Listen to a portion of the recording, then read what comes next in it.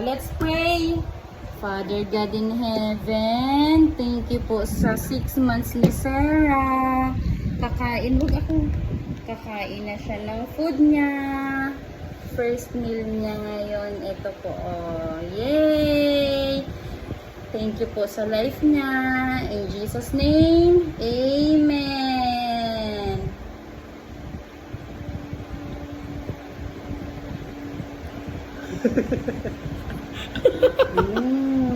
Yum yum. Sarap ba? Hinahabol na. Parang napapaganto din ako. Sarap. Ay, hindi ka naman nakikita.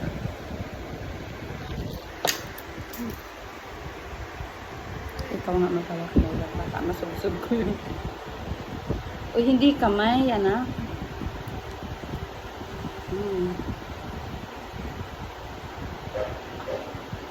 Sakto, niliguan ko pa.